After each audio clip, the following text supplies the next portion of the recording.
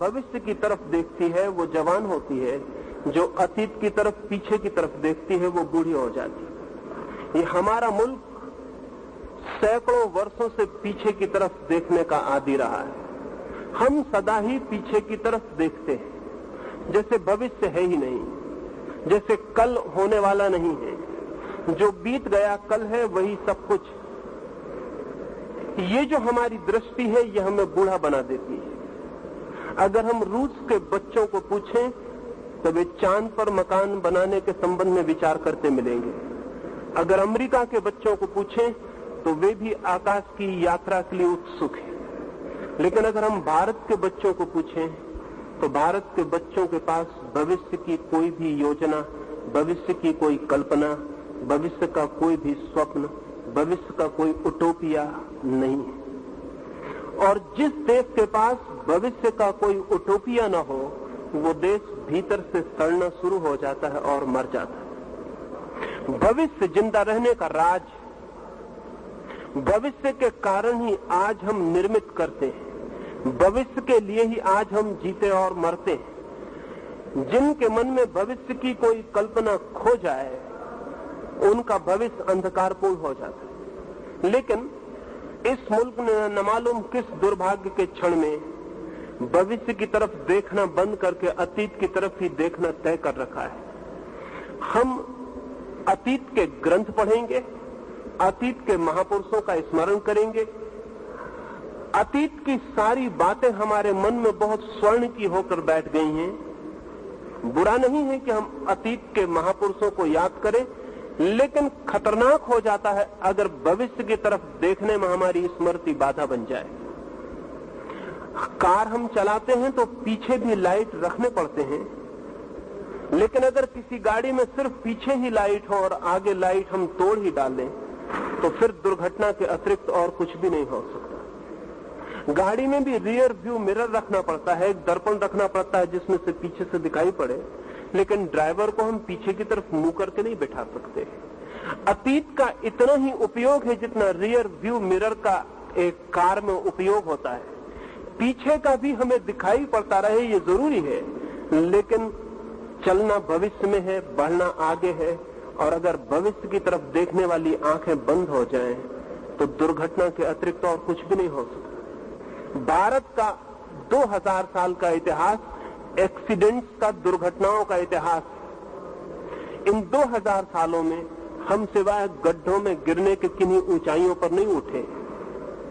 गुलामी देखी है, गरीबी देखी है, बहुत तरह की दीनता और बहुत तरह की परेशानी देखी है, और आज भी हमारे पास भविष्य की कोई ऐसी योजना नहीं है कि हम ये सोच सकें कि आने वाला कल आज से बेहतर हो सकेगा। वरन जवान से जवान आदमी से भी बात की जाए तो वो भी यही कहता हुआ मिलेगा कि कल और स्थिति के बिगड़ जाने का डर, रोज चीजें बिगड़ती चली जाएंगी, ऐसी हमारी धारणा है। इस धारणा के पीछे कुछ कारण, हमने अपने उटोपिया को पास्ट ओरिएंटेड रखा हुआ है। इस देश में हमने जो समय की धारणा की है, जो हमारा टाइम ऑर्डर है, वो ये कहता है कि सबसे अच्छा युग हो चुका, अब आने वाला युग बुरा होगा। सतयुग हो चुका, कलयुग हो रहा है, और रोज हम अंधकार में उतरते चले जाएंगे। जो भी अच्छा था वो बीत चुका। राम, कृष्ण, नानक, कबीर, बुद्ध, महावीर, जो भी अच्छे लोग हो सकते थे वो हो चुके।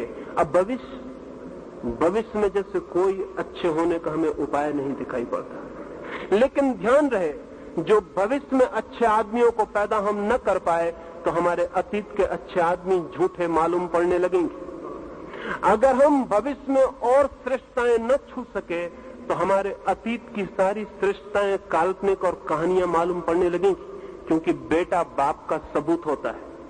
और अगर बेटे गलत निकल जाएं तो अच्छे बाप की बात सिर्फ मन भुलाने की बात रह जाती, वो गवाही नहीं रह जाता। भविष्य तय करेगा कि हमने अतीत में राम को पैदा किया या नहीं पैदा किया। अगर हम भविष्य में राम से बेहतर आदमी पैदा कर सकते हैं तो ही हमारे राम सच्चे साबित होंगे। अगर हम राम से बेहतर आदमी पैदा नहीं कर सकते तो दुनिया हमसे कहेगी कि राम सिर्फ कहानी है, यह आदमी तुमने कभी पैदा किया नहीं। अगर हम भविष्य में भीख मांगेंगे तो कोई मानने को राजी न होगा कि हमारे पास स्वर्ण की नगरियां थी। और अगर भविष्य में हम सिर्फ गुंडे और बदमाशों को पैदा करेंगे तो नानक पर कितने दिन तक भरोसा रह जाएगा कि ये आदमी हुआ था? ये बहुत ज्यादा दिन तक भरोसा नहीं रह जाएगा। इसलिए पीछे के अच्छे आदमियों को याद करना काफी नहीं है।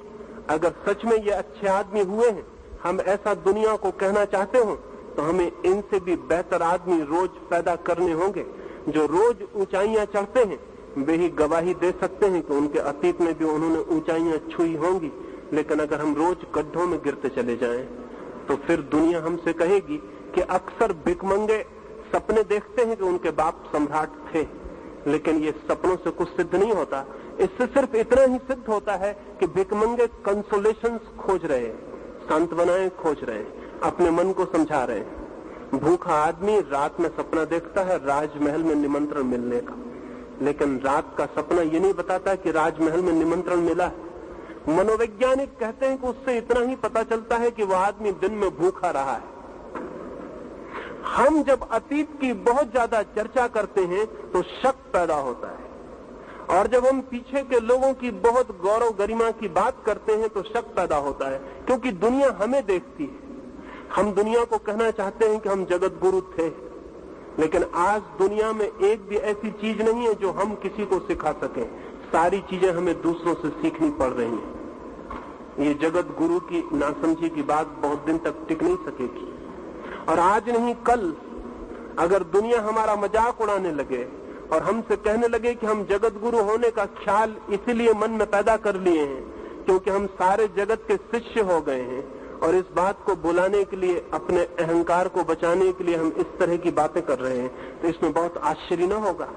आज सुई से लेकर हवाई जहाज तक भी हमको बनाना हो तो सारी दुनिया में कहीं और हमें सीखने जाना पड़ता है। आज हमारे पास सिखाने योग्य कुछ भी नहीं बचा है। आज हम दुनिया को कुछ भी सिखा नहीं सकते, लेकिन हम ये बात कहे चले जाएंगे कि हम कभी दुनिया के गुरु थे।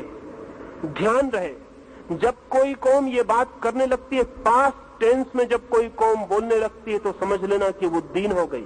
जब कोई कहने लगे कि मैं अमीर था, तब समझ लेना कि वो गरीब हो गया है। और जब कोई कहने लगे कि मैं ज्ञानी था, तब समझ लेना कि वो अज्ञान में गिर गया है। और जब कोई कहने लगे कि कभी हमारी शान थी, तो समझ लेना कि शान मिट्टी में मिल चुकी है। ये सारी बातें जो हम गौरव की करते हैं, हमारे धूलि में गिर जाने के अतिरिक्त और किसी बात का प्रमाण नहीं। अतीत को देखना उपयोगी हो सकता है, लेकिन अतीत को आंख में रखना खतरनाक है। आंख में तो भविष्य होना चाहिए, आने वाला कल होना चाहिए।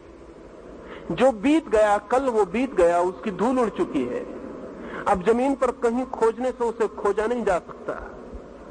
अब जिस रास्ते पर हम चल चुके वो रास्ता समाप्त हो गया है, और उस रास्ते पर बने हुए चरण चिन्ह अब कहीं भी नहीं खोजे जा सकते। जिंदगी की कहानी आकाश में उड़ते हुए पक्षियों की कहानी। अगर हम किसी पक्षी का पीछा करें तो उसके पैरों के कोई चिन्ह नहीं छूटते हैं कहीं भी।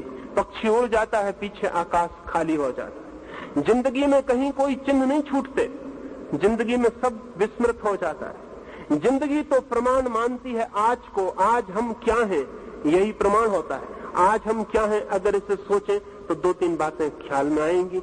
हमसे ज्यादा गरीब आदमी आज पृथ्वी पर दूसरा नहीं, हमसे ज्यादा अशिक्षित कोई कौम नहीं, हमसे ज्यादा अवैज्ञानिक कोई जाति नहीं,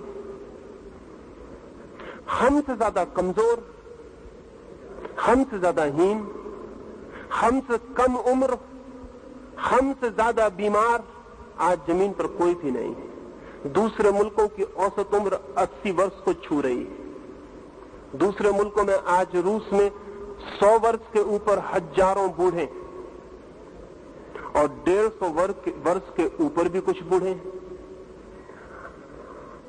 सारी दुनिया में गरीबी विदा होने के करीब है, और हमारी गरीबी रोज बढ़ती चली जाती। जब पिछले बार बिहार में अकाल पड़ा तो मैं, एक स्वीडिश मित्र ने मुझे एक पत्र लिखा, और उसने लिखा कि हम अपने बच्चों को समझाने में बहुत असमर्थ हैं कि हिंदुस्तान में लोग भूखे मर रहे हैं। उसने मुझे लिखा कि जब मैं अपने छोटे बच्चे को कहा कि हिंदुस्तान में लोग भूखे मर रहे हैं और करोड़ों लोग भूखे मर जाएंगे, तो उस छोटे बच्चे ने कहा कि क्या उनके पास अगर रोटी नहीं है तो फल भी नहीं? तो उन्होंने कहा नहीं, उनके पास फल भी नहीं है। तो उस छोटे बच्चे ने कहा उनके रेफ्रिजरेटर में कुछ तो बचा होगा। तो उसके बाप ने कहा कि रेफ्रिजरेटर उनके पास है ही नहीं, उसमें बचने का कोई सवाल नहीं। उस बच्चे को समझना मुश्किल हुआ कि कोई कौम ऐसी हो सकती है जहां खाने को भी ना हो। सच में ही स्वीडन के बच्चे को समझना मुश्किल पड़ेगा। उसको मुश्किल इसलिए पड़ जाएगा क्योंकि बच्चा जो देखता है चारों तरफ, न किसी को भीख मांगते देखता है, न किसी को गरीबी में मरते देखता है, तो उसके लिए भरोसा करना मुश्किल है कि जमीन पर ऐसे लोग भी हैं जो करोड़ों की संख्या में भूखे मरने की हालत में आ सकते हैं। अभी एक अमेरिकी अर्थशास्त्री ने किताब लिखी है 1987, और उस किताब में उसने ये घोषणा की है कि 1987 में, आज से केवल 7 साल बाद, हिंदुस्तान में इतना बड़ा अकाल पड़ सकता है जिसमें कोई 10 करोड़ से लेकर 20 करोड़ लोगों के मरने की संभावना है। मैं दिल्ली में एक बहुत बड़े नेता से बात कर रहा था, तो उन्होंने कहा 1987 भी बहुत दूर, अभी तो हमें 1972 की फिक्र, उसके बाद देखा जाएगा। अभी सिर्फ 1972 में जो इलेक्शन होगा उसकी नेता को फिक्र है।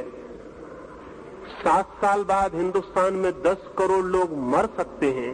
इसकी सारे दुनिया के अर्थशास्त्री राजी हैं इस बात के लिए कि ये होकर रहेगा, क्योंकि अमेरिका जितना हमें भोजन दे रहा है उतना अब आगे नहीं दे पाएगा। उसकी ताकत रोज कम होती जा रही है। अमेरिका में 4 किसान जितना काम करते हैं उनमें से 1 किसान की सारी ताकत हमें मिल रही है, और अमेरिका की ताकत देने की रोज कम होती चली जाती है।